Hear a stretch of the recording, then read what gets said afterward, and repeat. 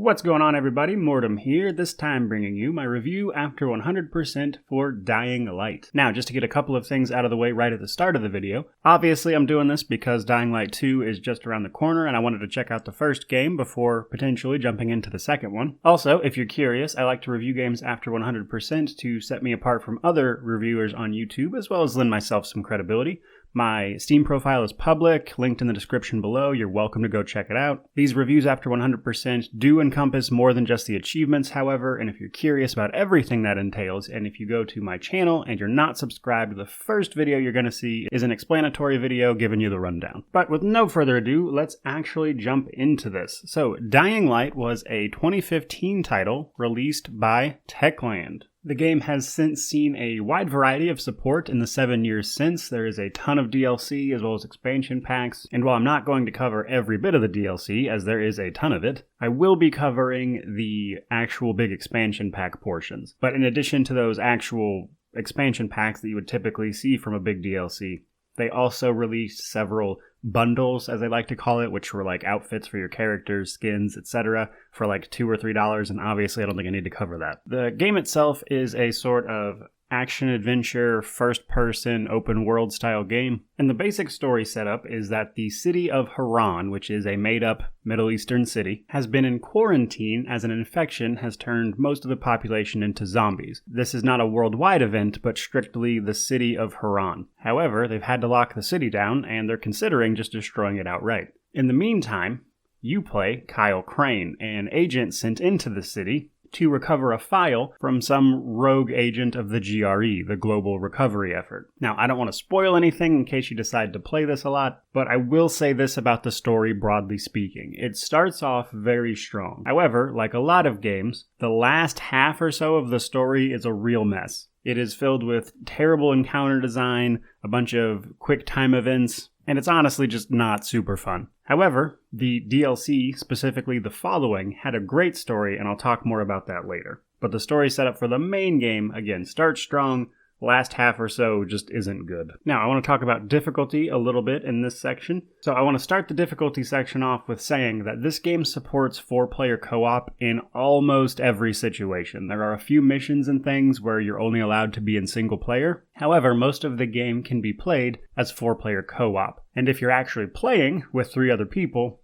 that is going to make whatever difficulty you have the game on significantly easier just by sheer numbers. However, the difficulty itself ranges from story to nightmare. I did mess around with all of these, and it's worth mentioning that you can change it. However, you have to change the difficulty from the main menu, so you can't do it mid-game. Now on Nightmare, that is more geared towards late game players who have maxed out their skills and stuff for their progression, which we'll talk about in just a minute. But a lot of people don't start the game on Nightmare, is my point. And the other thing I wanted to mention in terms of difficulty is that in playing around with all of the difficulties, I personally could not tell much of a difference between story and normal. Like, I'm sure there is one, but just playing the game with those two on, I did not notice a significant difference between story and normal at all. Now, let's talk about progression a little bit. Now, we do, of course, play a set protagonist, Kyle Crane. However, you do get to progress some skills and everything. Now, eventually, it would technically be possible to max everything out if you spent enough time on it or exploited some experience grinds which make that possible to do. However, through the course of the game, you're likely to max a few of these out. In the base game, you are leveling up your survivor rank,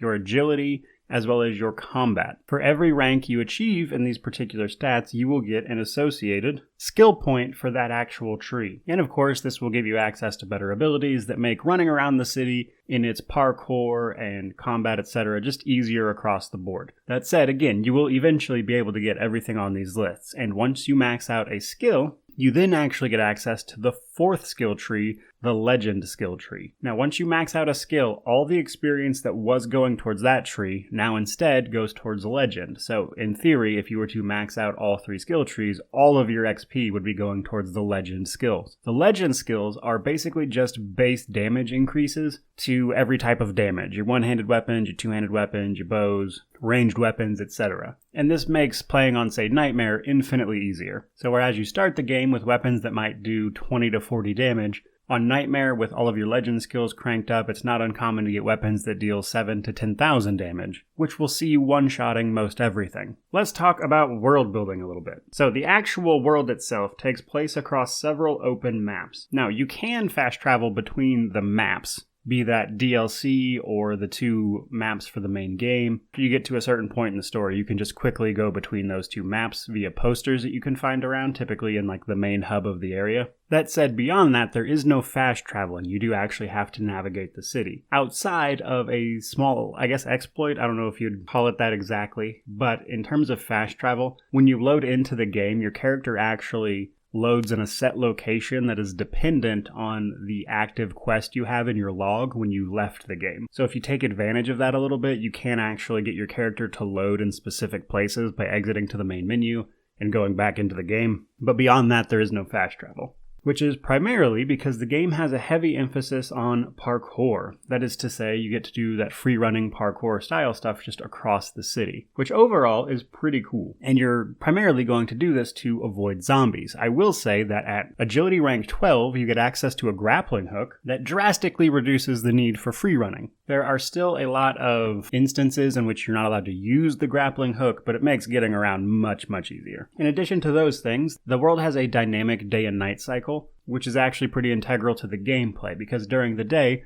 zombies are slow and shambling, and they really don't provide much of a threat, unless you specifically were to walk into a crowd of them. However, at nighttime, we get a zombie type that only comes out during the night because it avoids sunlight, or just bright light in general, known as volatiles. These guys are hyper aggressive, and late game, honestly, you can kill them pretty easily. But early game, they are almost a guaranteed death sentence. And zombies in general are just much more aggressive at nighttime. In addition to these things, we see a lot of the staple random encounter type stuff that you're used to in open games. So as you travel the map, you'll see random encounters pop up, things you can interact with, merchants, that type of stuff. You'll also be scavenging ruins and abandoned buildings for resources that you can often use to craft into weapons or other useful stuff. And I did want to mention that the crafting system in-game is great, honestly. It makes all the stuff you're finding around the world useful. You can find blueprints to expand your know-how, etc. I did enjoy the crafting quite a bit. In addition to this, there are also quarantine zones you can find. Quarantine zones serve as little mini dungeons where your main goal is to go in and recover supplies from the GRE that were dropped into the city, or supplies that were left there when the city was officially evacuated. Quarantine zones are usually dangerous hubs of zombie activity, and it sort of makes them little mini dungeons you can run into and complete. There are also challenges. These are primarily for the parkour and combat abilities. I will say the combat challenges are a blast. They just give you a specific weapon and ask you to kill so many zombies in a time limit with that weapon, and that was a ton of fun. I enjoyed the combat challenges a great deal. Now, in terms of side quests when it comes to the world building and fleshing out what the world has to offer, the side quests are a bit mixed. Some of them are pretty good. They see you doing unique things or just checking out different parts of the city. And then a lot of them are just generic fetch quests where it's literally go out into the city and find so many of this specific thing, which was honestly kind of boring. Now, the one thing the world building does very, very well is the atmosphere. So I'll talk a bit more about this here in a second, but there's a ton of different kinds of zombies. Even the basic zombies have a few different variations that will attack you in different ways. There are the virals, which are the fast-moving zombies. You're going to see a lot of those guys. And there's also other variations and mutations that will attack you in different ways. So they make the crowds of zombies still manage to stick out and be a little different every time you encounter them. And moreover, when it comes to atmosphere, the game really nails home the feeling of desperation for the remaining citizens of the city. For as lackluster as the last half of the story was, the growing sense of desperation of these people is something that they absolutely nailed. But with that out of the way, let's talk a little bit about combat. Combat primarily comes down to melee or ranged. The game itself will start out a decent bit challenging, kind of regardless on what difficulty you have it on. Due to the fact that your weapons will be degrading, your melee weapons will degrade as you use them. You can only repair a weapon so many times before you have to just throw it away. Making a lot of noise will attract virals, which are the fast-moving zombies who have recently turned. By the way, fighting those guys is a trip because the virals recently turned, so they're still human-ish. Which means sometimes when you attack them, they'll cower back and say, please don't hit me, which is very unnerving. I don't care for that at all. That said, for me personally, the challenge of this game pretty much disappeared about 8 to 10 hours into it when I found an assault rifle. I found this assault rifle as part of the story quest, and it was incredible. It dropped off an enemy, and I did not replace this specific rifle until almost the end of the game. That's how much damage it was doing. And the second I picked up that gun, the challenge of the game was basically over, because ammo is super cheap, you can buy it at every merchant, and that assault rifle just trivialized the rest of the game. In fact, at that point, really the only challenge that remained were the set story encounters where you have everything stripped from you. But while the assault rifle did make things easier, there are a lot of zombie types you can fight. There are the basic zombies, which come in regular and larger variants. The larger variants can actually knock you down. Some of them use heavy weapons that will hit you much harder. There are the virals, which I've mentioned a few times. There are the toads, I believe they're called. These will spit acid at you, but they are relatively frail. There are, of course, the volatiles, which really only appear at night. However, during the daytime, if you go into a dark area, you might run into them anyway. Then there are the demolishers. These are primarily late-game enemies. These guys suck. They like to charge and can kill you in a couple hits. Ranged is really your best option there. As melee, they will not be a good time. But all of that said, the melee combat in this game is honestly fantastic. It's not perfect by any means, but if they refined this melee combat system a little bit, it would be some of the single best melee combat I've seen in a game. The enemies seem to have hit detection, so like where you're hitting them on their body will then lead to certain animations playing when you kill them. If you stun them, a short animation of you hitting them and their skeleton will pop up, which is based on where you hit that character, and then they're stunned. And the melee combat is just really something. It's best if you actually play and feel it for yourself, but the melee combat is really on par. Now, let's talk about DLC a little bit. There are, I would say, 3 big expansion types. Technically, there's 4, but one of them literally just adds 2 quarantine zones, so I don't feel like it was that big. But the other 3 are the Bozak Horde, Hell Raid, and the following. Bozak Horde is a sort of co-op arena that you can take part in. It is possible to solo it, and you actually get a reward for doing so. However, the Bozak Horde seems to be tailored to a more co-op experience, and the game tells you as much when you load in for the first time. And it is a set of time trials from everything from getting to certain points at a certain time, fighting off certain enemies, all of which is timed, etc., etc. It's okay, but it's not very long. Next up, I want to talk about Hell Raid, and then we'll talk about the following last. Hell Raid is the worst. It starts off pretty good, like the first hour or two is not bad, but Hell Raid basically sees your character playing an arcade game is kind of how it's framed. And this is an apparently somewhat abandoned project that Techland was working on before Dying Light, or at the same time as Dying Light, that never got released. And Hell Raid sees you running through a more medieval setting where characters and zombies are throwing magic at you, etc. And you're just kind of working your way through this dungeon. However, it's a much bigger emphasis on the melee combat, which I just praised, so you might think, well, what's wrong with Hell Raid that is somehow an issue here? The issue is almost entirely their encounter design. Hell Raid has a small story attached with it, which is okay, but it just sees you fighting hordes and hordes of enemies. But their encounter design is literally to just throw enemies at you, which just gets really stale really quickly. There's no rhyme or reason to it, it's just, here's a bunch of enemies, fight them. Now, you look at this as opposed to a game like Doom Eternal, which also throws a lot of enemies at you, but it's a curated combination of enemies. It's meant to be like picking apart a puzzle as you make your way through the fights. Whereas Hell Raid, it's just like, here's all the enemies, figure it out. And while the melee combat is great, they did not build the mechanics into Hell Raid to really make that combat shine, which is honestly a big disappointment. I thought Hell Raid was going to be fun, but it is awful. And then we have the following. The following is honestly a really good bit of DLC. I would go so far as to say that the following is better than the main game. For starters, you get to drive a buggy around, which I personally love. It makes a little bit of sense that you wouldn't do this in the city because there are swarms of zombies everywhere, and you can barely walk down a street without stumbling into crowds of them, so how are you going to get a car through there? The following moves you out to the countryside under the pretense that there are supposedly rumors of people being immune to the virus out here, and you are sent to investigate that a little bit. This is played separately from the main campaign, however you can freely swap between the main campaign and the following. But the following sees you helping the groups of people here who initially don't trust you at all as an outsider, but you kind of work up your reputation with them. You get to drive a buggy around. There's a lot of cool lore and mystery surrounding what is going on with these people and how and are they actually immune to the virus. And then the story ending for the following was fantastic. I loved the ending. They pulled something out of left field that I never saw coming, and I loved it. And while there's not like a ton of choice or consequence or anything like that, you do get to make one choice right at the end, which I thought was a nice touch.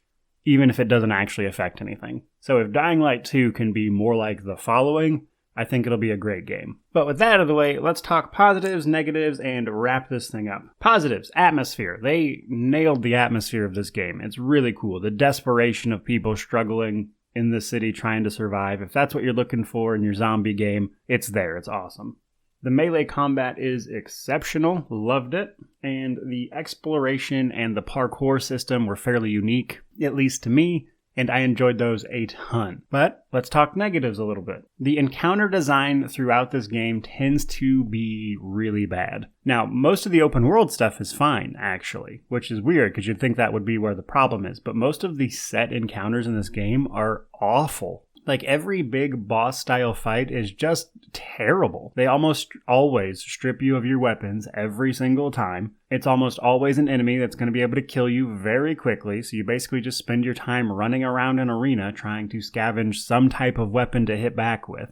And it's just a terrible experience. The last half of the main story really drags. It is not fun. Like, I see what they were going for, but the way it was executed just wasn't fun to play, frankly. And the other negative, and I didn't talk about this much here, is that there's just too much damn DLC for this game. Like, I get they were putting it out to support their development or whatever, and it's been 7 years since they released a game. I get it. It's just too much. There are just so many bundles, etc., of just useless cosmetic junk that for a single-player game is just way over the top. So let's talk about a conclusion a little bit here. I'm going to level with you. It is very, very easy to poke holes in a great deal of this game. Some of the story elements don't make any sense, and some of the later missions, you're fighting zombies in places where it's like, how did they even possibly get this many zombies up here? It doesn't check out. There's a lot of stuff like that is easily ignored because honestly, the core of the game is great. The worst thing about this game is its main story, which is kind of sad. But everything else was a genuinely enjoyable experience, so I can see why people were into this game so much, especially with the 4-player co-op giving it